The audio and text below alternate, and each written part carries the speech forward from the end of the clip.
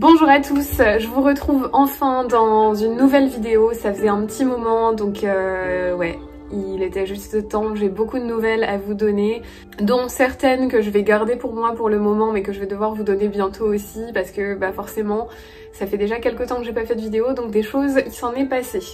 Là j'ai fait exprès de me mettre derrière ce plan là pour que vous voyez qu'on a bien commencé les cartons donc c'est plutôt bon signe et puis en même temps c'est pas bon signe. On vient de recevoir un SMS là il y a une heure de ça tout pile qui est pas bon signe du tout, ça nous embête royalement parce qu'en fait ce qui se passe pour tout vous dire c'est que les cartons on les a fait le week-end dernier parce que là c'est l'anniversaire de Kevin donc on s'est dit on part. Pour 3 jours, on a pris notre vendredi et on part à Disney en fait. Donc le but c'était d'avoir fini tous les cartons pour pouvoir partir et profiter de ce week-end. Et dans les faits, on doit déménager le week-end prochain. Et en plus de ça, je sais pas si vous vous rappelez, mais on a 5 jours entre le moment où on récupère le nouvel appart et le moment où on est obligé de quitter celui-ci parce que notre contrat est terminé. On vient de nous annoncer un retard, probablement jusqu'au 29 juillet. Je vous dis ça avec le sourire, mais en vrai, ça me stresse un petit peu parce que bah déjà, on vit dans les cartons. On a quasiment rien gardé, pour tout vous dire on a laissé 2 assiettes sur le côté de l'évier, une casserole. Deuxième problématique, bah on nous a dit probablement le 29 juillet mais encore une fois c'est pas sûr que ce sera réellement le 29 et pas autre chose, on sait pas trop. Bref, on va essayer de profiter de ce week-end quand même et pas trop se stresser avec tout ça. Mais là le truc c'est qu'en fait pour 10 jours supplémentaires avec notre communauté actuelle, déjà on sait même pas si ça va être possible parce que s'ils ont trouvé un autre locataire c'est pas possible. Et en plus on n'a plus de contrat avec eux, donc si on décide de rester 10 jours de plus c'est 1000 $ pour ne serait-ce que 10 jours de plus, donc pour vous donner une petite idée de la situation. Donc dans cette vidéo, je vais vous emmener un petit peu avec nous, ça va être une sorte de petit vlog, une sorte de petit récap sur le rêve américain et ce que j'en pense en ce moment.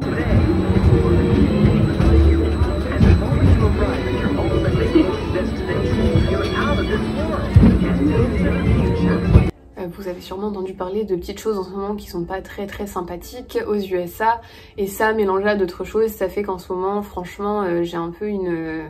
Ouais, je sais pas comment dire, je pense que c'est pour ça un petit peu aussi que j'ai laissé de côté les vidéos YouTube parce que j'aime bien vous montrer la vie aux États-Unis. J'aime les États-Unis, j'aime y vivre, mais en ce moment il y a pas mal de trucs qui me dérangent et il faut le temps à mon cerveau de digérer en fait toutes ces informations là.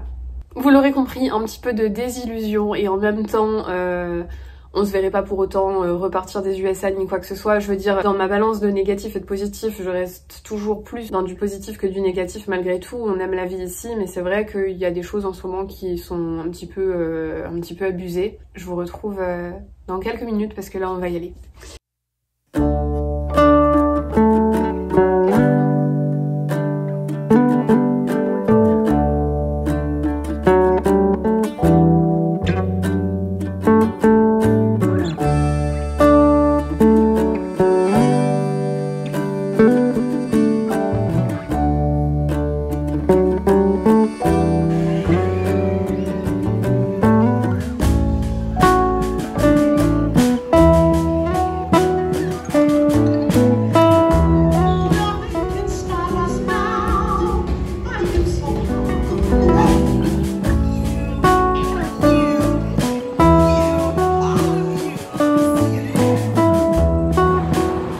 À tous, on se retrouve un petit peu en contre-jour là mais j'avais envie de me poser un petit peu sur le balcon même si je vous avoue qu'il fait super chaud et ça c'est l'avantage, c'est pour ça aussi qu'on avait envie de se faire Disney, c'est qu'il fait tellement chaud que notre cerveau reste concentré sur le fait de survivre à la chaleur et pas autre chose, enfin bref. On a passé une très bonne soirée hier et là on a encore tout le week-end à passer puisqu'on a samedi, dimanche, on va bien en profiter. Non, je voulais vous parler un petit peu, c'est vrai que j'aime pas trop mélanger YouTube, politique ou ce genre de choses parce que je sais pas finalement si mon avis est le bienvenu là-dessus. Je pense qu'il était nécessaire quand même de le mentionner, que forcément j'approuve pas du tout les discussions qui ont lieu en ce moment, tout comme énormément d'Américains n'approuvent pas du tout. On fait un retour en arrière monstrueux. Donc pour ceux d'entre vous qui n'auraient peut-être pas entendu parler de ça, on parle donc du droit à l'avortement qui est remis en question avec un projet de loi si on veut dire. Rien que le fait que ce soit en pourparlers en fait c'est déjà trop je trouve. C'est pas quelque chose qui est admissible dans des sociétés développées de nos jours.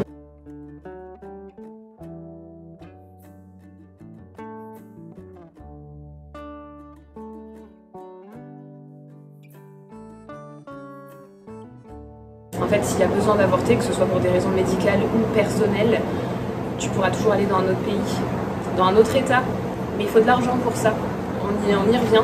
De un, ça remet en cause carrément le droit des femmes. Médicalement, ça fait peur, c'est-à-dire qu'il y a des débats en ce moment qui disent par exemple oui, mais quand le fœtus décède, ça arrive de devoir procéder par un avortement médical parce que le fœtus n'est pas toujours évacué de manière naturelle, ce qui met la femme en danger alors que le fœtus est déjà mort de toute façon. Et même de ce côté-là, en fait, on commence à se demander si ça va pas causer des problèmes, même est-ce qu'on va pas être traîné en procès si on doit avoir accès à un avortement de manière obligatoire, danger de vie ou de mort, quoi. Au final, maintenant, ce qui va entrer en compétition, c'est la vie de la femme et la vie du fœtus. Il ne sera peut-être même pas viable, mais ça prendra peut-être le dessus sur la vie de la femme. Alors certains sont même en train de dire est-ce qu'on ne devrait pas faire un cas par cas, passer devant limite en procès en fait, pour savoir si dans cette situation spécifique, peut-être exceptionnellement, une honte en fait, tout simplement, ne devrait pas y avoir à justifier, il ne devrait pas y avoir à donner de raison. C'est ridicule en fait tous ces débats et surtout, il faut dire que vu le prix de la santé ici, et imaginez si vous avez un enfant, un fœtus finalement qui n'est pas viable, les dépenses médicales, la ruine en fait pour une famille qui serait en fait dans l'obligation cette fois-ci de garder peut-être un bébé qui va en plus souffrir. On ne sait même pas ce qu'il adviendrait en fait dans des situations comme ça et je trouve ça juste horrible. Il faut déjà vous imaginer qu'un bébé prématuré, forcément c'est un bébé prématuré, on va pas ne pas essayer de pas tout donner pour le sauver, mais un grand prématuré aux États-Unis, c'est ce qu'on appelle un bébé million. J'ai appris ça quand je travaillais en assurance santé. Pourquoi un bébé million? Parce que avoir un enfant grandement prématuré aux États-Unis, ça coûte plus d'1 million en dépenses médicales. Alors même si tu as une assurance, tu peux t'attendre à devoir payer beaucoup, malgré tout, parce qu'aucune assurance ne paiera la totalité, franchement, dans une situation comme ça par exemple. Donc c'est honteux qu'on arrive à des pourparlers sur quelque chose comme ça, sachant que l'accès à la contraception déjà c'est ultra cher. Faut imaginer une visite chez un gynéco, on parle déjà de plus de 800 $ à peu près. Bref, si je veux résumer la situation, je trouve que mettre l'avortement en pourparlers dans un pays tel que les États-Unis où la santé coûte très cher, où l'accès à la contraception coûte cher aussi, où tout le monde n'a pas d'assurance santé, où il y a des inégalités quand même énormes. Je trouve ça honteux en fait qu'on enlève le droit à l'avortement aux femmes dans un pays comme ça. C'est pas normal en fait qu'on arrive à un débat comme ça ici et ça c'est un truc qui me... En fait on va dire que c'est super décevant et que s'il y avait eu ce genre de pourparlers avant qu'on vienne vivre aux États-Unis, je sais même pas si en fait j'aurais pu considérer les États-Unis comme un pays où vivre parce que ça m'aurait fortement déçu sur le pays. Mélanger politique et religion, je trouve que c'est barbare parce que déjà on parle d'un pays où il y a une mixité culturelle énorme, il y a des gens du monde entier qui sont arrivés aux États-Unis, c'est quand même un pays qui a été colonisé à la base. Tu peux pas imposer le christianisme sur tout le monde, c'est pas possible. Tu peux pas mélanger politique et religion, en plus dans un pays qui comporte autant de mixité culturelle. Le rêve américain a ses limites en fait, clairement, et en ce moment on s'en rend encore plus compte. Je vous retrouve aussi 2 petites secondes avant qu'on parte à Disney ce matin. Juste pour vous dire aussi qu'un deuxième point dont je souhaitais vous parler, c'est que finalement vous vous êtes un petit peu rendu compte avec ma phase où j'avais plus mon permis de travail et je vous ai bien expliqué que c'était pas la première fois que ça arrivait. Finalement les démarches d'immigration, toutes ces démarches administratives, toutes ces phases où tu te retrouves avec un permis de travail, d'un seul coup t'en as plus, enfin en fait les bâtons dans les roues que ça met professionnellement, ou même toutes les incertitudes. Finalement tu trouves un job ici, t'as souvent un visa temporaire les premières années, tu sais pas si tu vas pouvoir rester, tu sais pas si tu vas devoir repartir. Toutes ces incertitudes que ça met, finalement t'as vraiment intérêt de vraiment aimer le pays et la vie dans ce pays et vraiment vouloir t'y investir à 100% et vraiment aimer beaucoup de points si tu veux que ça fasse sens de poursuivre, de continuer l'aventure et de pas complètement désespérer. C'est vraiment très difficile les premières années ici.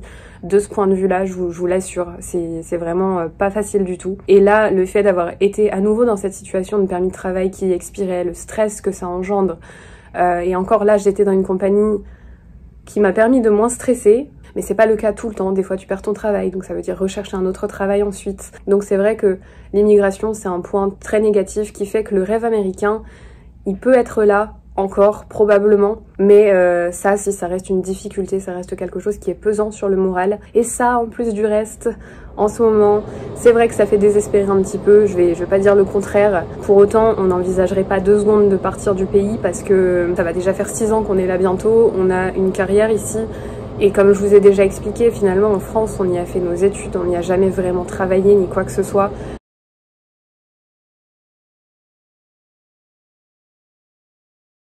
Mais je voulais vraiment vous parler des points un petit peu plus négatifs aussi parce que à certaines périodes, ils ont tendance à remonter et à revenir ces points-là, c'est sûr. Et même tout le positif que je vous dis dans les autres vidéos, et enfin tout le positif qu'il y a ici, ça change pas, il est là, bien sûr, sinon on resterait pas ici si c'était que négatif. Mais je vous avais fait une vidéo sur le rêve américain il y a quelques temps, et je vous disais qu'il existait encore, et c'est vrai que de ce côté-là, j'ai tendance à être un peu plus incertaine maintenant. Ouais, je suis même complètement incertaine. Assis sur la moquette, comme à mon habitude, mais ailleurs. Autre point que je voulais vous dire donc, c'est qu'on arrive sur l'été et moi je suis dans une compagnie internationale. Donc comme je vous dis, j'adore ma compagnie. Pour rien au monde j'en changerai. D'ailleurs, je pense vraiment que je suis fixée ici pour un long moment. Pour les États-Unis, les avantages qu'on a, ils sont énormes. C'est-à-dire qu'on a beaucoup de jours fériés quand même et en plus de ça, on a 15 jours de congés payés par an et quasiment aucune compagnie n'offre ça ici. Enfin, souvent t'as 10 jours, parfois t'en as pas du tout. Je suis super chanceuse de ce côté-là et voilà. Mais c'est vrai que malgré qu'on ait tout ça, ça arrive d'avoir des moments où tu te dis purée, des fois j'ai un ressenti que j'aimerais bien plus de vacances. On aimerait bien voyager, découvrir le monde, c'est quelque chose qu'on voulait faire. Et c'est vrai que j'ai l'impression que le fait d'être aux États-Unis, bah t'as tellement peu de vacances que ça t'empêche de découvrir d'autres parties du monde que tu aimerais peut-être découvrir. Par exemple, aller au Japon pendant 2 semaines, bah c'est très difficile de faire ça parce qu'on a très peu de vacances quand même. Et c'est vrai que là on est l'été et je suis dans une compagnie internationale, donc je vois pour la première fois les gens qui peuvent partir comme ça pendant un mois là l'été en ce moment, et puis bah nous on va être encore là et on va travailler. Mais c'est vrai que de voir les gens qui peuvent partir comme ça un mois en vacances, et puis moi j'étais juste super contente parce que je m'étais pris un vendredi là et qu'on a un week-end de 3 jours, bah ça te fait réfléchir et c'est vrai que tu te dis que le choix de rester en Europe c'est quand même la belle vie sur certains points parce que plus de vacances, plus d'avantages de découvrir le monde et d'assouvir tes passions autres que le travail. Même si mes objectifs restent quand même très centrés sur le travail, le fait de faire beaucoup d'argent rapidement, des objectifs de retraite anticipée, ce genre de choses bien plus faciles à obtenir aux États-Unis. Donc ça reste positif dans l'ensemble pour moi. Mais bien sûr que je vois aussi les côtés négatifs et que je sais que ça seul pourrait être une cause de dire que le rêve américain il n'existe plus et qu'il n'est pas pour tout le monde, honnêtement. La dernière chose dont je voulais vous parler, c'est concernant un petit peu notre communauté, si on peut dire. Franchement, on a passé plus de 5 ans, même 5 ans et demi, vraiment pas mal ici. Là, le fait qu'on doit s'en aller, ben, on les a prévenus, forcément, on a donné nos 60 jours pour pouvoir partir. J'ai reçu un email nous demandant de partir en 3 jours, parce qu'en fait, là, ce qui se passe, c'est que nous, on part le 20 juillet, pour tout vous dire, normalement, le 20 juillet, on doit quitter cet appartement. Donc on n'a pas payé du 20 au 30 puisque notre contrat de toute façon s'arrêtait le 20. Et on a reçu un email super menaçant nous disant qu'on devait évacuer les lieux en 3 jours du fait qu'on n'avait pas payé la totalité de la somme. En tout cas, ça nous donne 3 jours pour régler la situation. Soit on paye, soit on fait quelque chose. Bref, j'ai envoyé un email aussitôt à la manager de la communauté qui m'a dit d'ignorer, que c'était juste... voilà, pas vraiment une erreur, que c'est le système qui automatiquement fait ça, mais que dans notre cas, c'est pas grave, on peut ignorer.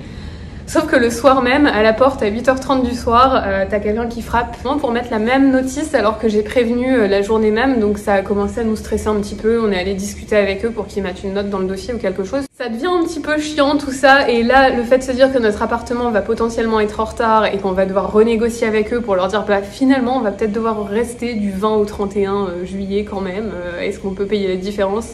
Honnêtement, on en a marre. On n'a qu'une hâte, c'est de s'en aller d'ici parce que ça devient chiant en fait.